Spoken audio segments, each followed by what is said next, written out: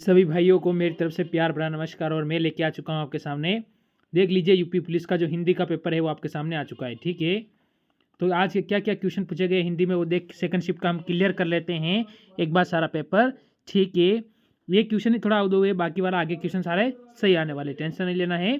ठीक है, 116 number question आपके सामने क्या कह रहा है, निम्नलिखित में से निश्चयवाचक सर्वनाम आपसे पूछा है। ठीक है, तो पहला क्वेश्चन का जो उत्तर है वो ऑप्शन नंबर ए है, यह बिल्कुल सही है इसके अंदर। ठीक है, इसके बाद आगे क्वेश्चन है। ठीक है, थोड़ा सा इसी में आपको प्रॉब्लम रहेगा, आगे वाला सब सही है। तो देखिए अगला क्वेश्चन, क्वेश्चन नंबर 117 क्या बोल रहा है, तबीश्वर का संधि विच्छेद क्या होगा। ठीक है, संधि विच्छेद आपसे पूछा है, जैसे कि इसका संधि विच्छेद क्या हो सकता है वो आपको बताना है। तो इसमें आप कहोगे कवि प्लस ईश्वर। ठीक है, तो इसमें आपका ऑप्शन नंबर डी हो जाएगा, बाकी समय नहीं खराब करेंगे आपका इसमें। चलो आगे चलो, अगला क्वेश्चन देखो क्या कह रहा है, क्योंकि इसके बाद आपको रीजनिंग की भी करनी है, जीके की क्लास क्लियर करनी है। तो देखिए, क्या कोई तारे गिन सकता है, इस वाक्य में किस चिन्ह का प्रयोग हुआ है। ठीक है, क्या कोई तारे गिन सकता है, तो यानी ऐसी स्थिति में क्या होता है, प्रश्नवाचक चिन्ह का प्रयोग होता है। तो मेरे मित्र आप समझ गए होंगे, ऑप्शन नंबर सी आपका इसमें बिल्कुल सही हो जाता है। जैसे कि आपके सामने ये देखो। ठीक है, अभी क्या है, ये आपके सामने एक और अगला क्वेश्चन 18 नंबर आया है। ठीक है, क्या कह रहा है, देखिए, क्या कोई तारे गिन सकता है, ये हो चुका है, तो ये प्रश्नवाचक चिन्ह हो चुका है। आगे देखो, ईमानदार शब्द में कौन सा विशेषण है। ठीक है, देखो इसमें कौन सा हुआ, तो इसमें हुआ प्रश्नवाचक चिन्ह, और ईमानदार में कौन सा विशेषण है ये आपको बताना है। तो ईमानदार में सदा कौन सा विशेषण होता है, गुणवाचक। अगर उसमें कुछ गुण है तभी तो ईमानदार है ना, बाकी थोड़ी ईमानदार रहता वो। ठीक है, अब आगे चलो, 120 का उत्तर आपका क्या आ रहा है, देखिए, निम्न में से संक्रमण, ठीक है, क्रिया का उदाहरण कौन सा है। ठीक है, संक्रमण क्रिया का उदाहरण कौन सा है, तो इसमें आप कह सकते हो कि इसमें जो हमारा 20 में होगा वो हो जाएगा कि वह छत पर है, नहीं होगा। राम मंदिर अयोध्या में बना है, ये भी नहीं होगा। ठीक है, हाथी सो रहा था, ये भी नहीं होगा। तो रमेश ने खिलौने खरीदे, बिल्कुल ऑप्शन नंबर डी हो जाएगा इसमें। ठीक है, अगला क्वेश्चन, भौतिकी शब्द में कौन सा प्रत्यय लगा हुआ है। देखो इसका क्या होगा, देखो आप, भौतिकी, ठीक है, तो भौतिक प्लस ई प्रत्यय का प्रयोग हुआ है। ठीक है, तो भौतिक हो गया, इसमें ई दिया है, तो यानी ऑप्शन नंबर डी आपका बिल्कुल इसमें सही हो जाता है। ठीक, आगे चलो, देखो, निर्विमान, ठीक है, शब्द में कौन सा उपसर्ग है। तो सदैव इसमें उपसर्ग तो आपको पता है कि इसमें कौन सा हो जाएगा। देखो यहाँ पर नीर दिया हुआ है, तो इसमें पर र आधा नहीं है, र आधा नहीं है, तो ये गलत हो जाएगा। इस बंदे ने लगाया किसी ने, पर इसका उत्तर ये सही नहीं है। ऑप्शन नंबर सी इसमें बिल्कुल सही हो जाए, क्योंकि ये क्वेश्चन मैंने आपको अभी अंतिम 10 दिनों के पेपर में सारे क्वेश्चन मैंने करवाए हुए हैं। अगला देखो, निम्नलिखित में से किस विकल्प में सही समास विग्रह नहीं हुआ है। ठीक है, सही समास विग्रह इसमें से किस में नहीं हुआ है, ये आपको बताना है। तो इसमें आप क्या बता रहे हो, 123 का, तो आप इसमें कह दोगे कि, ठीक है, इसमें ऑप्शन नंबर आप डी को बताओगे, देह तला। ठीक है, तला रूपी दे, तला रूपी दे इसमें सही नहीं हुआ है, तो ऑप्शन नंबर डी, क्योंकि इसने नहीं कहा है। ये शब्द आपको ध्यान रखना है, पेपर में है या नहीं चीज पे आप ध्यान रखना, तो क्वेश्चन आपका क्लियर होगा, बाकी आपका गलत भी हो सकता है।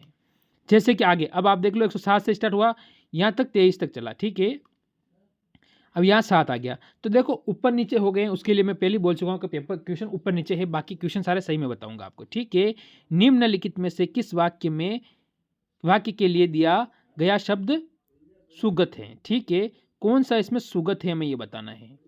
ठीक है, जैसे आदि से अंत तक अद्योपांत। ठीक है, जैसे कि जो पहले ना हुआ हो, होनहार, ये होनार नहीं होता है। शत्रु को जीतने वाला अजात शत्रु, क्या ये हो सकता है। ठीक है, कि नहीं होगा, जल्दी बताओ। तो इसमें आप कह दोगे, इसमें कह दोगे ऑप्शन नंबर सी सही होगा। यदि देखो आदि से अंत तक अयोध्या पांत, ठीक है, इसमें ऑप्शन नंबर सी हो गया। अगला देख लो, ठीक है, इसमें क्या है, युग, इसमें आपको 2 शब्द दिए हुए, देखो, निर्बाध, ठीक है, और निर्वाद। ठीक है कहा। इसमें आपका क्या होगा, सही उच्चारण आपसे पूछा गया है, तो इसका जो अर्थ होता है वो क्या क्या होता है ये आपको बताना है। ठीक है, तो इसमें आप कह दोगे एक तो होगा निंदा, ठीक है, और विवाद रहित। निंदा या विवाद रहित, एक का अर्थ होगा निंदा और एक का अर्थ होगा विवाद रहित, यानी ऑप्शन नंबर इसमें सी बिल्कुल सही हो जाएगा। फिर आगे बढ़ो अगले क्वेश्चन का, निम्नलिखित में से अशुद्ध वाक्य का चयन कीजिए। अशुद्ध का मतलब इसमें शुद्ध नहीं है, वो हमें बताना है। तो हम क्या कहेंगे कि अशुद्ध कौन सा है, तो हम कह देंगे तुम मेरे तरफ क्यों चले आ रहे हो। तुम मेरे तरफ क्यों चले आ रहे हो, तो ये गलत हो जाएगा, बाकी सभी सही है, तो इसमें ऑप्शन नंबर डी एकदम सही है। कोई बात नहीं, ये इसका भी सही हो जाता है। फिर हम आगे बढ़े, देखो अगले क्वेश्चन देखो, निम्नलिखित में से लिंग की दृष्टि से कौन सा विकल्प गलत है। लिंग की दृष्टि से कौन सा विकल्प गलत है 10 में, ये आपको बताना है। ठीक है, तो देखो सांप सांपिन, ठीक है, तनुज तनुजा, ठीक है, तनुजा नहीं लड़का और तनुजा नहीं लड़की होता है। ठीक है, चूहा चूहिया, बिल्कुल सही, ये भी सही है, ये भी सही है और ये भी सही है। बनिया बनियान नहीं होता है। ठीक है, इसीलिए ऑप्शन नंबर डी अपना उत्तर सही है। उत्तर तो डी सही है, बाकी ये तीनों ही सही हो जाते हैं। ये भी ध्यान रखना, उत्तर भी सही कर दो और आगे भी दूसरा भी सही हो जाना चाहिए। अब देखो इसका उत्तर दो आप, क्या कह रहा है, वधु शब्द का बहुवचन क्या होगा। वधु शब्द है, उसका बहुवचन क्या होगा, तो वधु है, वधु का बहुवचन क्या होता है। ठीक है, तो आपको बताना है 111 में वधु का जो बहुवचन होगा वो हो जाएगा वधुएं। वधुएं के मतलब ऑप्शन नंबर सी हो जाएगा, क्योंकि सारा पेपर करवाया हुआ ही आ रहा है, इससे 12 अभी तक के क्वेश्चन देखने को हमें नहीं मिले हैं। अगला क्वेश्चन देखो, माँ ने बच्चे को मिठाइयाँ दी। देखा गया शब्द में कौन सा कारक, कारक आपसे पूछा है। माँ ने क्या किया, बच्चे को मिठाई दी, तो इसमें कौन सा कारक है ये आपको बताना है।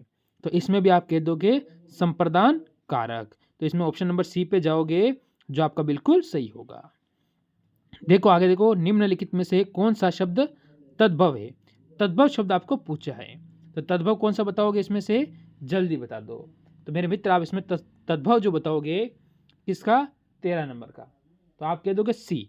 सी यानी उल्लू। उल्लू क्या है, तत्सम तद्भव शब्द है, ऑप्शन नंबर सी बिल्कुल सही है इसमें। ठीक, फिर आगे बढ़ो, उल्लू हो चुका ना, आगे चलो। अगला देखो, निम्नलिखित में से कौन सा शब्द तत्सम है। तत्सम शब्द आपसे पूछा है। ठीक है, तो तत्सम हमारा क्या होगा ये से बताइए आप। ठीक है,